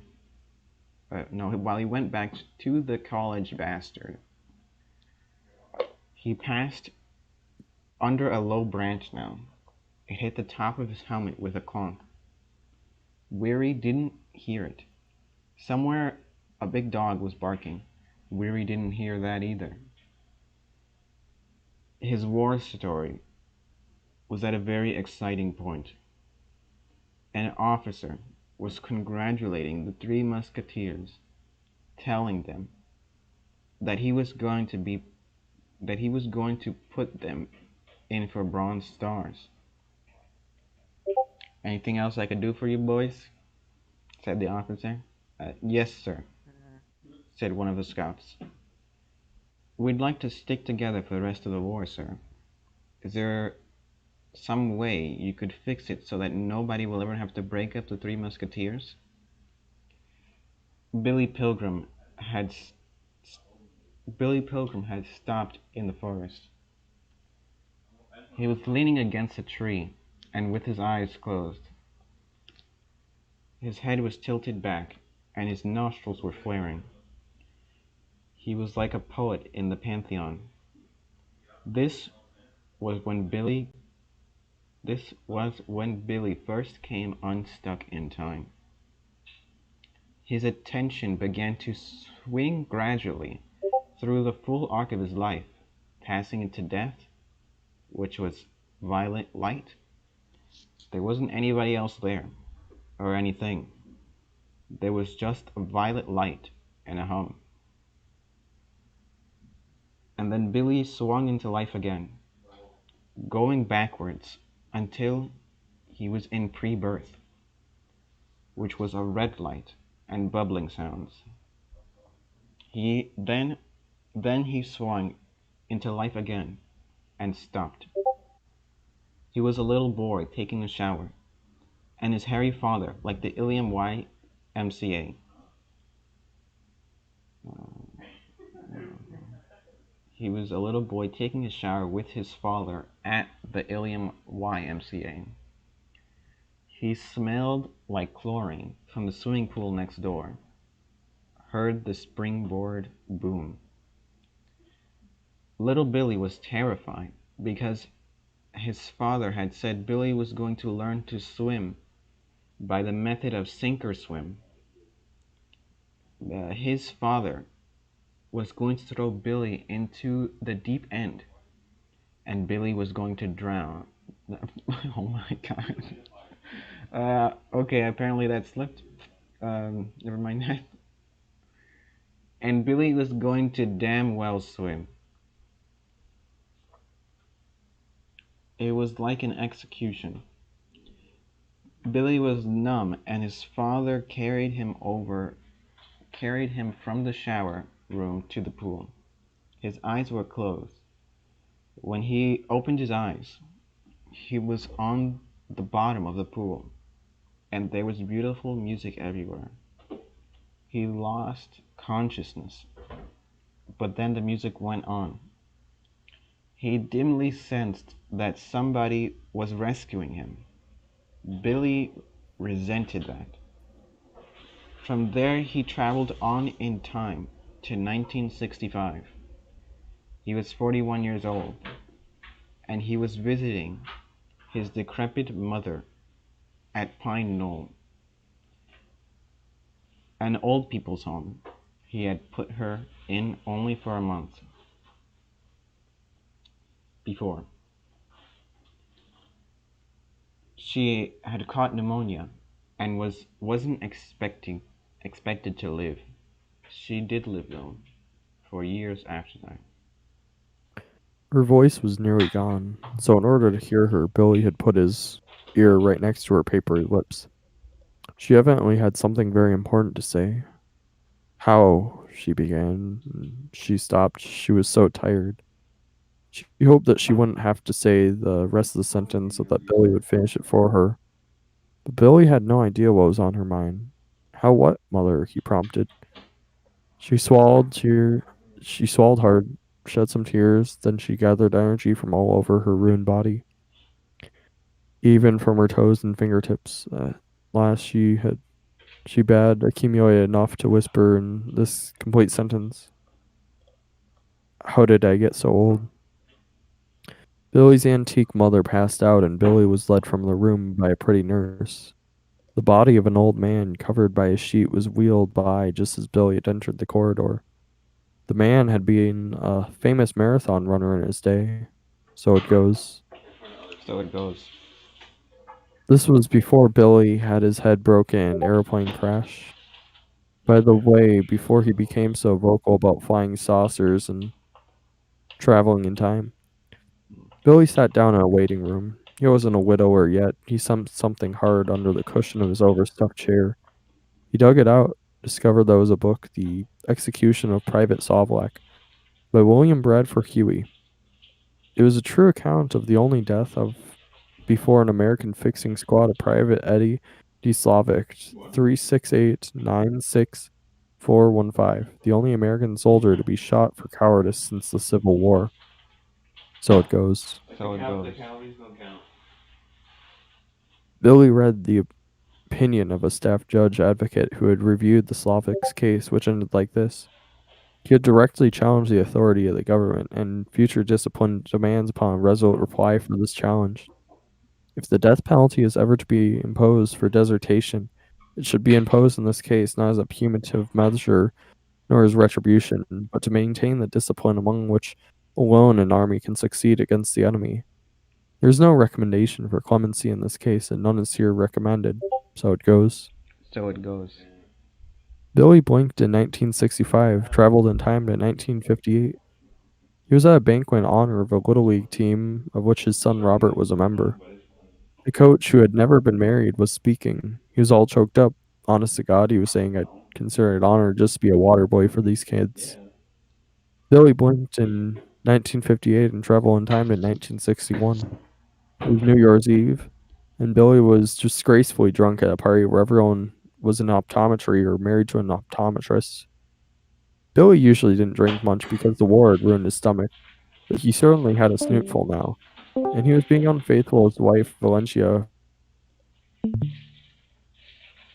the room of the house, and set up on the gas dryer, which she was running.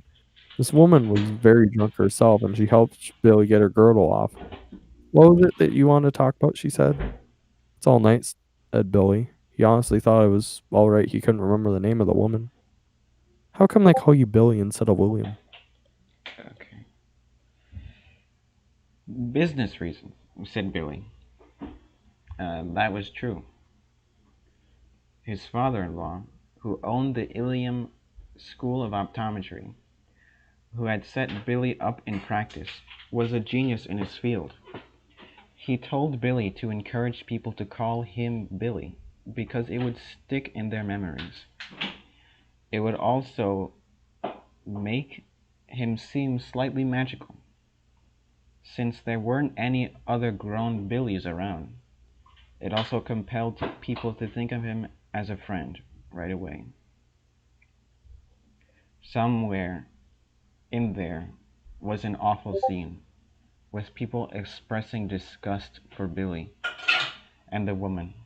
Billy found himself out in his automobile, trying to find the steering wheel.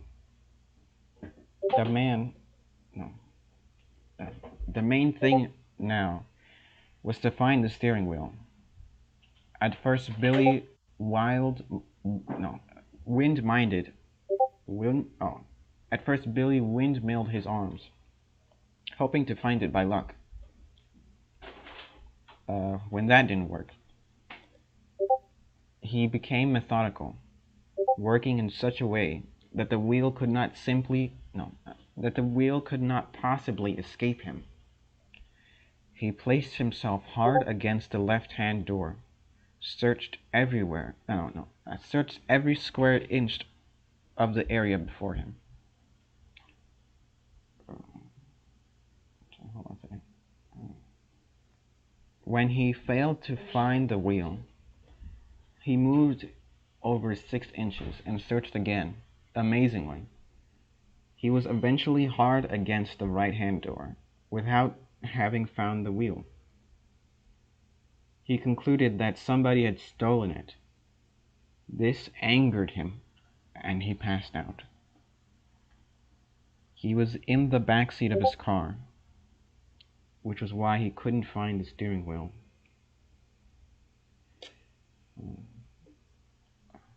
Now somebody was shaking Billy awake. Billy stiff felt drunk. He was angered by the stolen steering wheel. He was he was back in the Second World War again, behind German lines. The person who was shaking him from Roland Weary, the person who was shaking him was Roland Weary. Weary had gathered the front, away from it. Billy had gathered the front. No, what? No. Weary had gathered the front of Billy's field jacket into his hands. He banged Billy against a tree, then puffed him away from it, flung him in the direction he was supposed to take under his own power. Billy stopped, shook his head. "You go on," he said. "What?" "You guys go on without me. I'm all right." "You're what?" "I'm okay." "Jesus, I'd hate to see somebody sick," said Weary. Though 5 layers of human scarf from home. Lily had never seen Weary's face. He had tried to imagine it one time, had imagined a toad in a fishbowl. Weary kicked and shoved Billy for a quarter mile. The scouts were waiting between the banks of a frozen creek. They had heard the dog. They had heard men calling back and forth, too, calling the hunters who had a pretty good idea of where their quarry was. The banks of the creek were high enough to allow the scouts to stand without being seen. Billy staggered down the bank ridiculously. After him came Weary, clanking and clicking and tinking and hot. "Here he was, boys," said Weary. "He don't want to live, but he's going to live anyway. When he gets out of this, by God, he's going to owe his life to the 3 Musketeers." Billy Pilgrim, there in creek bed, thought he, Billy Pilgrim, was turning to steam painlessly. If everybody would leave him alone just for a little while, he thought, he wouldn't cause anybody any more trouble. he would turn to steam and float among the treetops. Somewhere, the big dog barked again, with a help of fear and echoes and winter silences. The dog had a voice like a big bronze gong. Ronald Weary, 18 years old, insinuated himself between the scouts, draped a heavy armor on the shoulder of each. So, what did the three musketeers do now? He said. Billy Pilgrim was having a delightful hallucination. He was wearing dry, warm white sweat socks, and he was skating on a ballroom floor. Thousands cheered. This wasn't time travel. It had never been. Hmm? Never would happen. It was the craziness of a dying young man with his shoes full of snow. One scout hung his head, let spit fall from his lips. The other did the same. They studied the infinitesimal effects of spit on snow in history. They were small, graceful people. They'd been behind German lines before many times, living like woods creatures, living from moment to moment in useful terror, thinking brainlessly with their spinal cords. Now they had twisted out from under Weary's loving arms. They had told Weary he and Billy had better find somebody to surrender to. Scouts weren't going to wait for them anymore, and they ditched Weary and Billy in the creek bed. Billy Pilgrim went on skating, doing tricks in sweat socks, tricks that most people would consider impossible, making turns, stopping on a dime, and so on. The cheering went on, but the tone was altered as the hallucination gave way to time travel. Billy stopped skating, found himself at a lectern in a Chinese restaurant in Ilium, New York. On an early afternoon in the autumn of 1957, he was receiving a standing ovation from the Lions Club. He had just been elected president and it was necessary that he speak. He was scared stiff. He thought a ghastly mistake had been made. AR, those prosperous, solid men out there, would discover now they had elected a ludicrous waif. They would hear his reedy voice, the one he had on the war. He swallowed. Knew all he had for a voice box was a whistle cut from a willow switch. Worse, he had nothing to say. The crowd quieted down. Everyone was pink and beaming. Billy opened his mouth and came out a deep, resonant tone. His voice was a gorgeous instrument. It told jokes which brought down the house. It grew serious, told jokes again, and in a note of humility. The explanation of how the miracle was this: Billy had taken a course in public speaking. He was back in the bed at the frozen creek again. Okay. Good night, Pony. Ronald Weary was about to beat the living shit out of him. Weary was filled with tragic wrath. He had been ditched again. He stuffed his pistol into his holster. He slipped the knife into its scabbard, its triangular blade and blood gutters in all three faces, and he shook Billy hard, rattled his skeleton, slammed him against the bank, and Weary barked and whimpered through the layers of scar from home. He spoke unintelligibly of the sacrifices he made on Billy's behalf. He dilated upon the piety and heroism of the three musketeers, portrayed in the most glowing and impassioned hues, their virtue and magnanimity, the imperishable honor they acquired for themselves, and the great service they rendered to Christianity.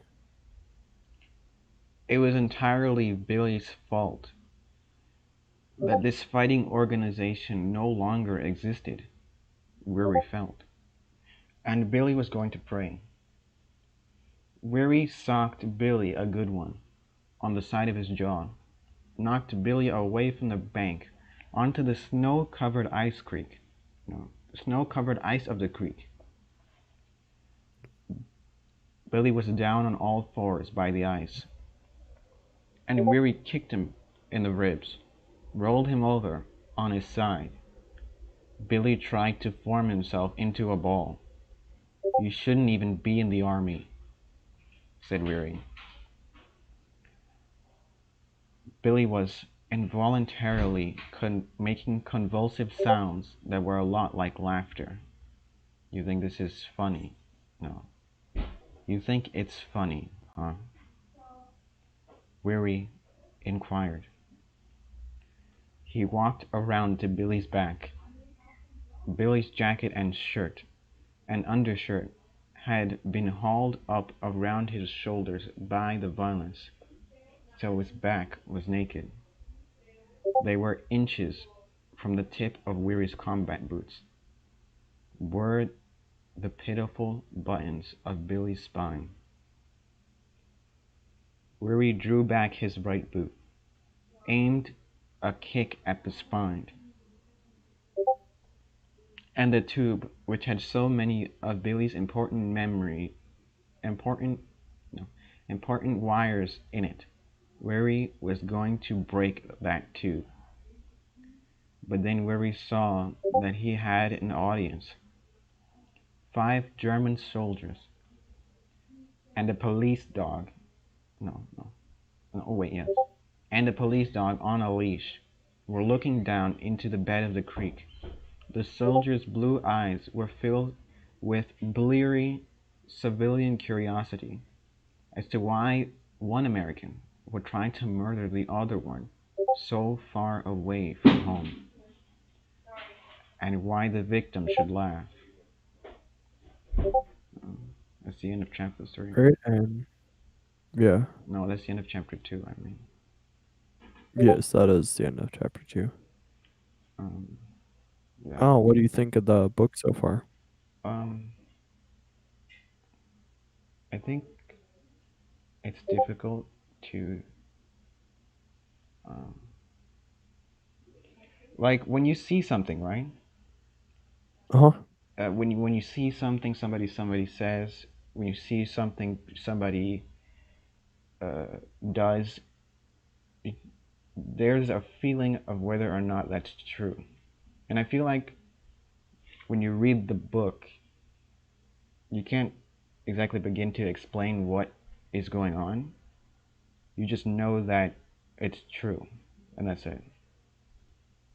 Yeah, yeah. I'd actually say the book is quite similar to how I described the Bible in the way that it's less about what's actually going on and more about how it makes you feel and what types of emotions the composition of the words invoke. Hmm. So there are a few reoccurring themes, I would say, like for example, The optometry. uh, optometry. So it goes the kind of trivialization of death. Hmm. And finally, the reoccurring of celebrities, which could be attributed to a false sense of importance. Could you explain that a little bit? I don't entirely get that one. All right. Well, you remember when the Tralfamadorian story was going on, Oh yeah, and how yeah. he said that he was housed with a celebrity woman. Hmm. That is another thing that I believe is one of the reoccurring elements throughout it, along with the elements of torture displayed within Weary's backstory and also the famous picture of the woman and the horse. Hmm. So, as in total, I would say that this book is very allegorical in its messages, but I feel like the type of message opens up more the farther you get into it and the more the pieces of the picture are like laid out in front of you, because the entire book is like one big picture, Hmm. and as of right now you've only seen a very small part of it, so it's very hard to So make out. you could say like it's all a rich tapestry. Could you say that? Yeah, yes. And the only reason that I'm even able to say this is because, well, small spoiler alert of one of the descriptions that is made for a certain something later in the book that really kind of helps bring things together for you. Hmm. And I only had this one thing to say about the chapter, but are you familiar with Duncan Trussell? No, I'm not. Are you familiar with the Joe Rogan podcast? Yes, I am. He has a guest on there, Duncan Trussell, and he what is it? He like something about him that you should know is that he studied Buddhism, right? He Yes. he went to a Buddhist temple. He had a master. I don't know what a master would be in Buddhism, but that's what I'm calling it. And um, it's not exactly Buddhism. It's not exactly, and he says this himself. It's not exactly something that makes sense, you know. He says Yeah. Duncan says this himself, and I'm also paraphrasing something Duncan's master said, is that none of it makes any sense. You know, we're just along for the ride. And Oh yeah, that almost definitely describes this book, I would say. hmm, and um, the thing was, and the thing that Duncan often describes is that at the end of our life, right? You know, in the moment of our death, Uh-huh. we revisit our past. You know, we have visions of our past.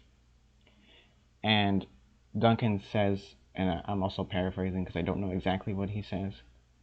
He says that perhaps our lives are us revisiting our memories in the moment of our death. That's what he says. And I feel like that sort of relates in a way to the way that I think it's Weary, right?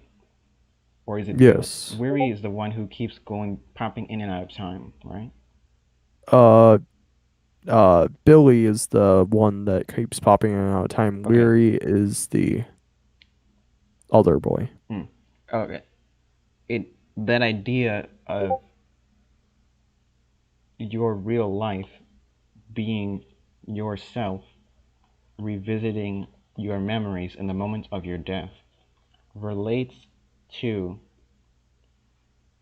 Billy popping in and out of time and revisiting these moments that seem, you know, disconnected or uh, obscure, but they all kind of congeal into the message that is Billy's life in a way. Uh, you know. Yeah, I understand what you mean. I think it also quite relates to the Tralfamadorian idea. Hmm. Oh, exactly. I was thinking about that because they see in four dimensions, right? The Yes, that is the the correct. fourth Where the they, the fourth dimension that they see in is time. So that's why they're able to experience everything at once. yeah, they're able to see every moment of something. Hmm. And that actually kind of relates to the idea of, like, the entire book being a picture in itself, where, you know, It's not meant to be taken in from the beginning to the end. It's meant to be interpreted holistically. yeah, it's almost kind of like washing over you. Hmm. Yeah. So thanks for coming here on the show. I really appreciate it. Yeah, and I'll definitely be back here next week. Yeah, Or I was thinking also that next week Friday we could just pick up from where we left off, if that's all yeah, I right. think that sounds satisfactory towards me. Sure. Um, Project is probably AFK at the moment. I don't know about that, but I'll see you later. Hashtag bring back Fred. Yeah, I'll see you later, Fred. Yeah. All I'm right. just gonna. You feel free to go. I'm just gonna stick around until Project comes back.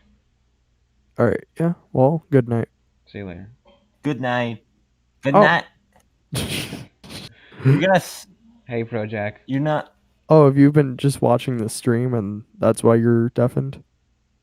Yeah, no, I've been doing other shit. Hmm. No, sure. Uh, But Project, we're gonna be here back on Friday with the jam to continue reading the book. Yeah. right. But we're also gonna be here, but we're gonna continue. Hmm. Before that, we're gonna continue the Ellen show on like Monday. Yeah, yeah. Monday to Friday. Well, yeah, this will be like the Friday schedule for the next few weeks, I suppose, and then well, the Monday show can be whatever you'd like. Yeah, yeah. Well, most of the entire week has been improvised mostly, except Yeah, I for suppose. Friday. Friday wasn't improvised. If you remember, I know you said you Yeah, don't I think remember, but if you do remember, on the first episode, the lost episode, you mentioned the book as one of your favorite books, Slaughterhouse, and then I yes, I said, "Why don't we read it?" And you were like, "Okay." So that's why we're here. You actually I remember that? don't remember a whole lot, Hmm. but that is one of the things that I do remember of the past few months. Okay.